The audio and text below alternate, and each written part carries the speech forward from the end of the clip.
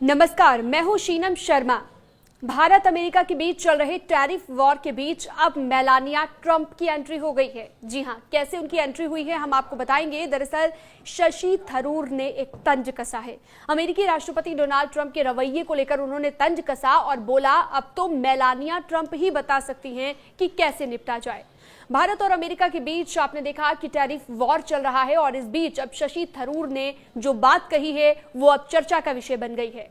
कांग्रेस सांसद शशि थरूर अपने बोलने के अंदाज के लिए काफी फेमस है, काफी इस तरह के बयान उनकी तरफ से दिए जाते हैं और उन्होंने इसी अंदाज में डोनाल्ड ट्रंप पर तंज कसा।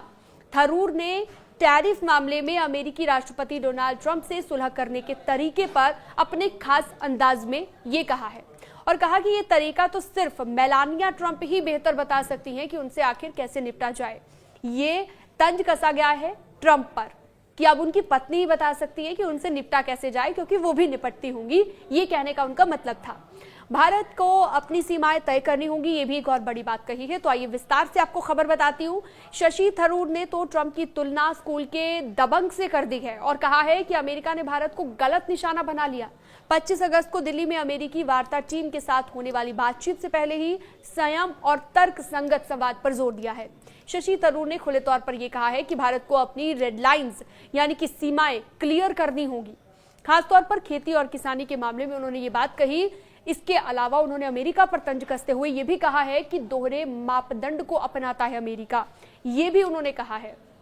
एक इंटरव्यू उन्होंने दिया, उसमें ये कहा कि अगर बातचीत के बाद भी भारत पर 50% टैरिफ ही लगता रहता है तो ये साफ कर देना चाहिए कि हम भी ऐसे ही करेंगे।